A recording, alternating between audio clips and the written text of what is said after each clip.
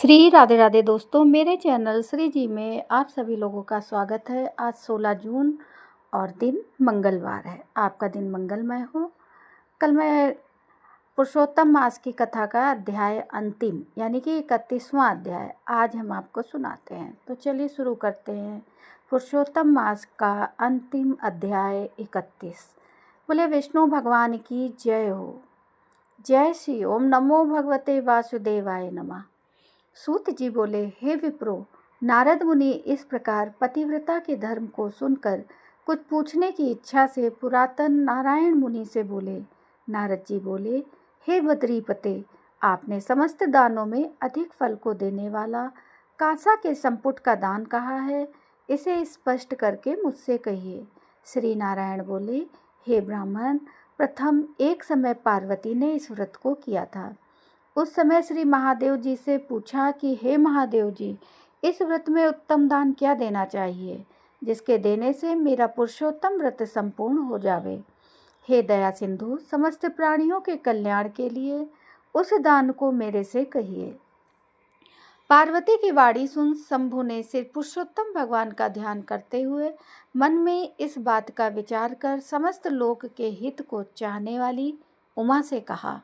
श्री महादेव जी बोले, हे अपर्णे, श्री पुरुषोत्तम मास में व्रत विधि को पूर्ण करने के योग्य वेद में कहीं पर भी कोई दान नहीं है।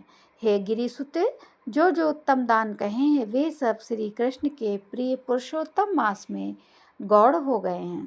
हे सुंदरी, कहीं भी ऐसा दान नहीं है जिसको श्री पुरुषोत्तम मास में करने से तुम्हारा व्रत पूर्ण हो। हे अंगने, इस पुरुषोत्तम मास व्रत की पूर्ति के लिए संपुटाकार ब्रह्मांड का दान है, उसको देना चाहिए। हे वरानने, वह दान किसी से देने योग्य नहीं है। इस ब्रह्मांड के बदले में कांसे का संपुट बनाकर, हे प्रिय, उसके भीतर प्रसन्नता से 30 माल पुआ रखकर 7 तंतु से बांधकर विधि पूर्वक पूजन करके व्रत पूर्ति के लिए विद्वान ब्राह्मण को देवे।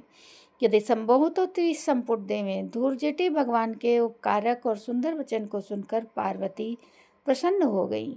हे नारद, पार्वती 30 कांसे के संपुट को विद्वान ब्राह्मणों को देकर तथा व्रत विधि को पूर्ण कर अत्यंत प्रसन्न हुई।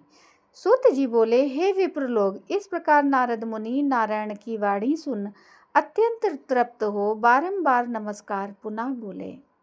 नारद मुनि बोले, सब साधनों से श्रेष्ठ ये पुरुषोत्तम मास है। इसका उत्तम महात्म्य सुन मेरे को ऐसा निश्चय हुआ, केवल भक्ति पूर्वक श्रवण करने से भी मनुष्यों के महान पापों का क्षय हो जाता है, तो श्रद्धा और विधि से करने वाले का फिर कहना ही क्या। ऐसा मेरा मत है। इसके बाद मेरे को सुनने को कुछ भी शेष नहीं रहा, क्योंकि अमृत से तृप्त मनुष्य दूसरे जल की इच्छा नहीं करता। सूत जी बोले, मुनि श्रेष्ठ विप्र नारद जी इस प्रकार कहकर चुप हो गए और प्राचीन मुनि नारायण के श्रेष्ठ चरण कमल को नमस्कार किए। जो प्राणी इस भारतवर्ष में जन्म को प्राप्त कर उत्तम से पुरुषोत्तम मास का सेवन नहीं करते हैं, ना श्रवण करते हैं, वे मनुष्य ग्रह में आसक्त रहने वाले मनुष्यों में अधम हैं। इस संसार में जन्म और मरण को प्राप्त होते हैं और जन्म जन्म में पुत्र मित्र स्त्री श्रेष्ठ जन के वियोग से दुख के भागी होते हैं। हे द्विज श्रेष्ठ, इस पुरुषोत्तम मास में असत शास्त्रों को नहीं कहे, दूसरे की सैया पर सहन नहीं करे, कभी असत्य बातचीत नहीं करें, कभी दूसरे की निंदा नहीं करें, परा अन्न को नहीं खाएं और दूसरे की क्रिया को नहीं करें। सठता त्याग ब्राह्मण को दान देवें। धन रहने पर सठता करने वाला रौरव नरक को जाता है। प्रतिदिन ब्राह्मण को भोजन देवें। व्रत करने वाला दिन के 4 बजने पर भोजन करे, वे पुरुष धन्य हैं जो इस लोक में भक्ति और विधान से प्रेम पूर्वक पुरुषोत्तम भगवान का नित्य पूजन करते हैं। इंद्रधुम्न, सतधुम्न, यवनाश्व और भागीरथ राजा पुरुषोत्तम की आराधना कर भगवान के समीप चले गए। इसलिए समस्त साधनों से श्रेष्ठ, समस्त अर्थदायक पुरुषोत्तम भगवान का सब तरह से सेवन करना चाहिए। गोवर्धनधारी गोप स्वरूप गोपाल, गोकुल के उत्सव स्वरूप ईश्वर, गोपिकाओं के प्रिय गोविंद भगवान को मैं नमस्कार करता हूँ। प्रथम कौंडिन्य ऋषि ने इस मंत्र को बार बार कहा कि जो इस मंत्र का भक्ति से जप करता हुआ पुरुषोत्तम मास को व्यतीत करता है, वह पुरुषोत्तम भगवान को प्राप्त होता है। नवीन मेघ के समान श्याम दो भुजा वाले मुरलीधर शोभामान पीत वस्त्रधारी सुंदर राधिका के सहित पुरुषोत्तम भगवान का ध्यान करें। पुरुषोत्तम भगवान का ध्यान और पूजन करता हुआ पुरुषोत्तम मास को व्यतीत करें। इस प्रकार जो मनुष्य भक्ति से व्रत करता है वो अपने समस्त अभीष्ट को प्राप्त करता है। हे तपोधन, ये गुप्त से भी गुप्त व्रत जिस किसी को नहीं कहना चाहिए, मैंने भी किसी के सामने नहीं कहा है। हे विप्र लोग, अभीष्ट फलदायक पवित्र इस पुराण को आदर पूर्वक सर्वदा श्रवण करना चाहिए। एक श्लोक मात्र के श्रवण से मनुष्यों के समस्त पाप नष्ट हो जाते हैं। हे मुनि श्रेष्ठ, गंगा आदि समस्त तीर्थों में स्नान से जो फल मिलता है वो फल पुरुषोत्तम मास महात्म के श्रवण से मिलता है। मनुष्य पृथ्वी की प्रदक्षिणा करता हुआ जिस पुण्य को प्राप्त करता है वह पुण्य पुरुषोत्तम मास महात्म के श्रवण से होता है। ब्राह्मण ब्रह्म तेज वाला, क्षत्रिय पृथ्वी का मालिक, वैश्य धन का मालिक होता है और शूद्र श्रेष्ठ हो जाता है।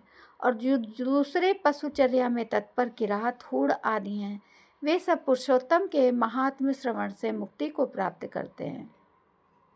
जो पुरुषोत्तम मास के महात्म को लिखकर और वस्त्र आभूषण आदि से भूषित कर विधि पूर्वक ब्राह्मण को देता है, वो तीनों कुलों का उद्धार करके जहाँ पर गोपिकाओं के समूह से घिरे हुए पुरुषोत्तम भगवान है, ऐसे दुर्लभ गोलोक को जाता है।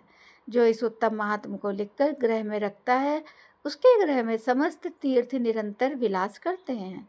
अनंत पुण्य को देने वाले महीनों में श्रेष्ठ पुरुषोत्तम मास के महात्म को सुन समस्त मुनि लोग आश्चर्य करने लगे और वे भगवान की चरण सेवा में अत्यंत निपुण मुनि लोग विनय पूर्वक सूत जी के पुत्र से बोले।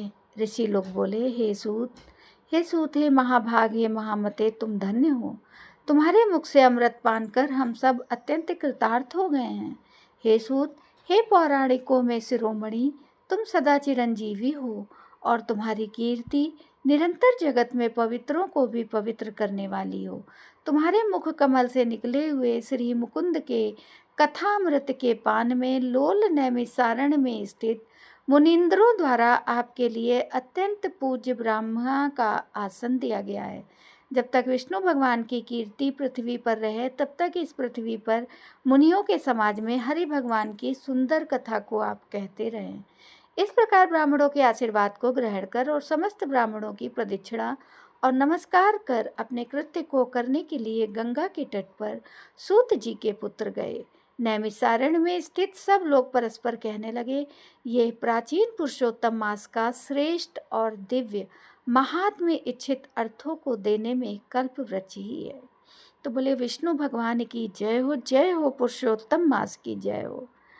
इति श्री वृन्नारदीय पुराणे पुरुषोत्तम मास महात्म्य 31 अध्याय समाप्त। यहाँ पर पुरुषोत्तम मास का महात्म आज समाप्त होता है। आज का ये अंतिम अध्याय था। तो बोलिए जय श्री राधे राधे, जय श्री विष्णु भगवान की जय हो, जय पुरुषोत्तम मास की जय हो। बोलिए जय श्री सीता मैया की जय। अब सुनिए माता सीता की नित्य नियम की कहानी। ये कहानी सीता माता कहती थी और श्री राम इसे सुना करते थे। एक दिन श्री राम भगवान को किसी काम के लिए बाहर जाना पड़ गया तो सीता माता कहने लगी कि भगवान, मेरा तो 12 वर्ष का नित्य नेम है, अब आप बाहर जाएंगे तो मैं अपनी कहानी किसे सुनाऊंगी। श्री राम ने कहा कि तुम कुएं की पाल पर जाकर बैठ जाना और वहाँ जो औरतें पानी भरने आएंगी उन्हें अपनी कहानी सुना देना। सीता माता कुएं की पाल पर जाकर बैठ जाती हैं और एक स्त्री आई। उसने रेशम की जरी की साड़ी पहन रखी थी और सोने का घड़ा ले रखा था। सीता माता उसे देख कहती हैं कि बहन, मेरा 12 वर्ष का नित्यनेम सुन लो। पर वह स्त्री बोली कि मैं तुम्हारा नित्यनेम सुनूंगी तो मुझे घर जाने में देर हो जाएगी और मेरी सास मुझसे लड़ेगी। उसने कहानी नहीं सुनी और चली गई। उसकी रेशम जरी की साड़ी फट गई, सोने का घड़ा मिट्टी के घड़े में बदल गया। सास ने देखा तो पूछा कि ये किसका दोष अपने सिर लेकर आ गई है। बहू ने कहा कि कुएं पर एक औरत बैठी थी, उसने कहानी सुनने के लिए कहा लेकिन मैंने सुनी नहीं, जिसका ये फल मिला। बहू की बात सुनकर अगले दिन वही साड़ी और घड़ा लेकर सास कुएं की पाल पर गई। सास को वहीं माता सीता बैठी मिली तो माता सीता ने कहा कि बहन मेरी कहानी सुन लीजिए। सास बोली, एक बार छोड़, मैं तो 4 बार कहानी सुन लूँगी। फिर सीता माता ने कहानी कही। राम आए लक्ष्मण आए, देश के पुजारी आए, नित नेम का नेम लाए। आओ राम बैठो राम, तपी रसोई जीमो राम। माखन मिश्री खाओ राम, दूध बतासा पियो राम। सूत के पल का मोठो राम, साल दुसाला पोठो राम। साल दुसाला ओढ़ो राम, जब बोलूं जब राम ही राम। राम संवारे सबके काम, खाली घर भंडार भरेंगे, सबका बेड़ा पार करेंगे। श्री राम जय जय राम। सास बोली कि बहन कहानी तो बहुत अच्छी लगी।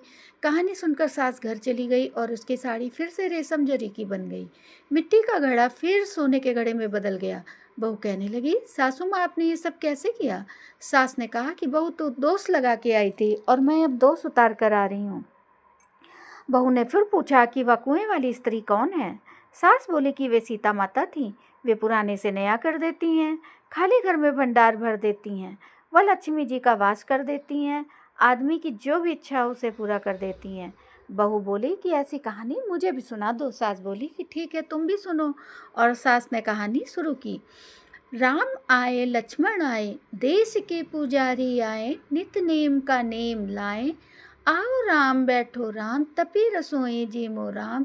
माखन मिश्री खाओ राम, दूध बतासा पियो राम। सूत के पल का मोठो राम, साल दुसाला पोठो राम। साल दुसाला ओढ़ो राम, जब बोलूं जब राम ही राम। राम संवारे सबके काम, खाली घर भंडार भरेंगे, सबका बेड़ा पार करेंगे। श्री राम जय जय राम। कहानी सुनकर बहू बोली कि कहानी तो बहुत अच्छी है। सास ने कहा ठीक है, इस कहानी को रोज़ नहा कर कहा करेंगे। अब सास बहू रोज़ सवेरे उठती, नहाती धोती, पूजा करने के बाद नित नेम की सीता की कहानी कहती। एक दिन उनके यहाँ एक पड़ोस की औरत आई और बोली, बहन जरा सी आँच देना। तो बोली कि आँच तो अभी हमने जलाई ही नहीं है। पड़ोसन ने कहा, तुम सुबह 4 बजे से उठकर क्या कर रही हो फिर?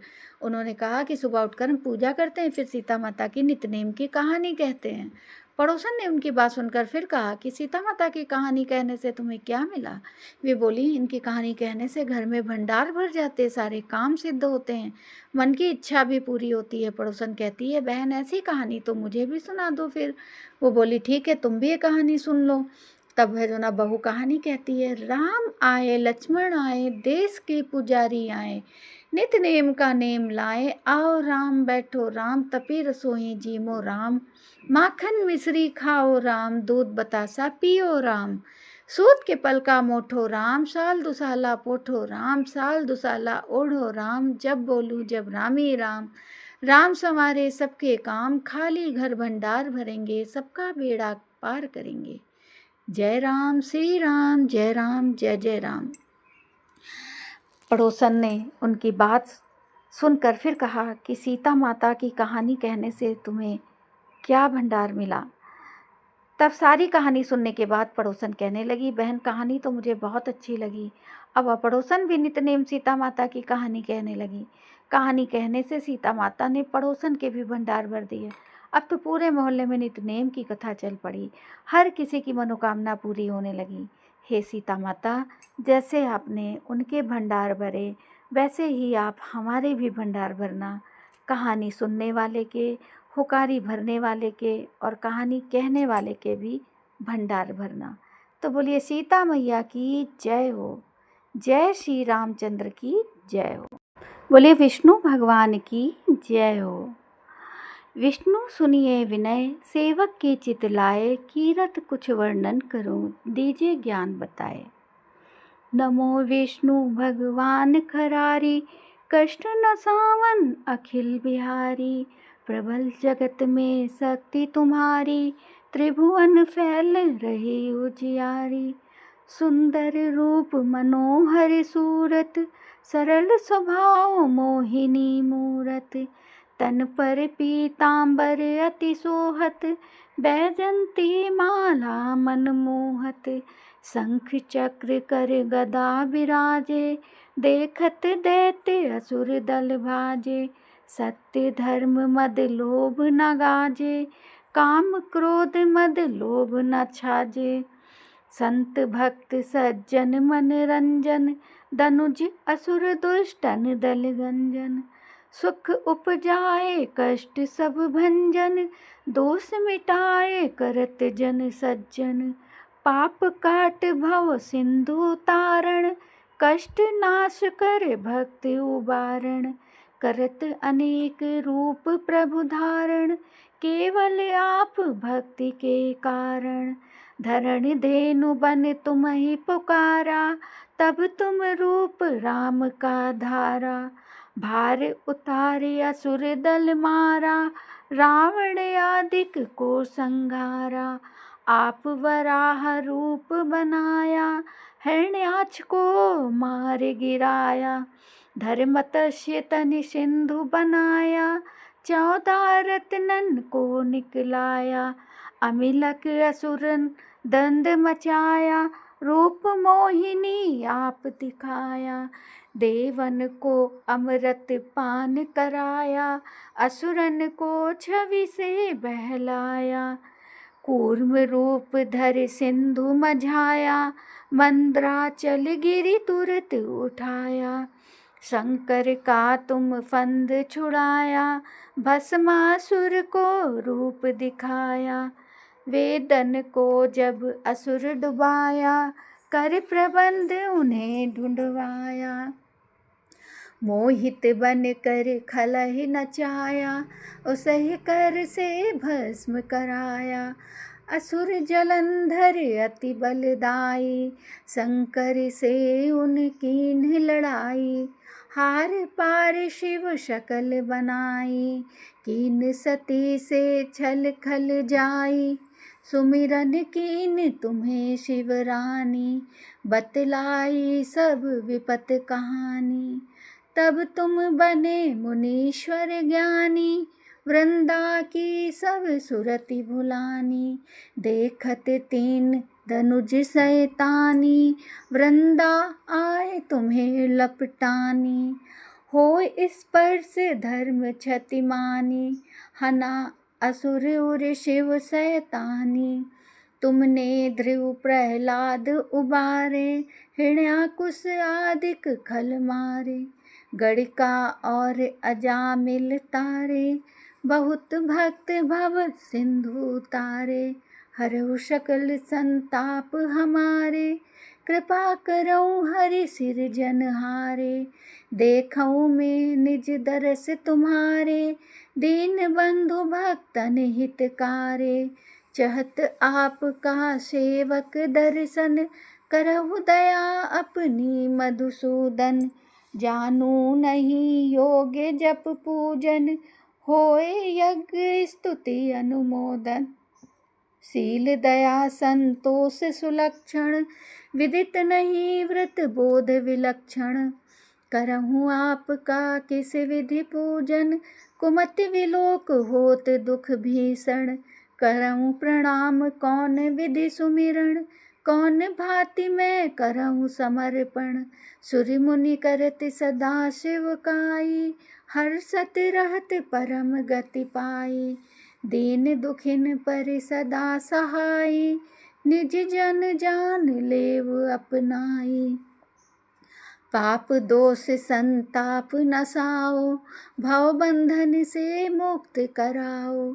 सुख संपत्ति दे सुख उपजाओ, निज चरणन का दास बनाओ। निगम सदा ये विनय सुनावे, पढ़े सुने सो जन सुख पावे। बोलिए जय विष्णु भगवान की जय हो। बोलिए जय पुरुषोत्तम मास की जय। आरती विष्णु भगवान की। ओम जय जगदीश हरे, स्वामी जय जगदीश हरे। भक्त जनों के संकट क्षण में दूर करें, ओम जय जगदीश हरे। जो ध्यावे फल पावे, दुख विन से मन का। सुख संपत्ति घर आवे, कष्ट मिटे तन का। ओम जय जगदीश हरे। मात पिता तुम मेरे, शरण गहूँ मैं किसकी। तुम बिन और न दूजा, आस करूँ मैं जिसकी। ओम जय जगदीश हरे। तुम पूर्ण परमात्मा, तुम अंतर्यामी, पार ब्रह्म परमेश्वर, तुम सबके स्वामी। ओम जय जगदीश हरे। तुम करुणा के सागर, तुम पालन करता, मैं मूरख खल कामी, कृपा करो भरता। ओम जय जगदीश हरे। तुम हो एक अगोचर, सबके प्राणपति, किस विधि मिलूं दया में, तुमको मैं कुमति। ओम जय जगदीश हरे। दीन बंधु दुख हरता, तुम रक्षक मेरे, अपने हाथ उठाओ, द्वार पड़ी तेरे। ओम जय जगदीश हरे। विषय विकार मिटाओ, पाप हरो देवा, श्रद्धा भक्ति बढ़ाओ, संतन की सेवा। ओम जय जगदीश हरे। तन मन धन सब है तेरा, स्वामी सब कुछ है तेरा, तेरा तुझको अर्पण, क्या लागे मेरा। ओम जय जगदीश हरे। ओम जय जगदीश हरे। स्वामी जय जगदीश हरे। भक्त जनों के संकट क्षण में दूर करें। ओम जय जगदीश हरे। बोलिए विष्णु भगवान की जय हो। बोलिए सब श्रोता मिलकर बोलिए पुरुषोत्तम मास की जय हो। आज से बल्कि कल से ख़त्म हो गया है, लेकिन ये अध्याय 31 मेरा रह गया था, वो हमने आज समापन किया है। आज संपूर्ण पुरुषोत्तम मास की कथा समाप्त होती है। तो बोलिए राधे राधे। और जिन लोगों ने मेरे चैनल को नहीं सब्सक्राइब किया है, प्लीज़ मेरे चैनल को सब्सक्राइब भी करें। धन्यवाद दोस्तों।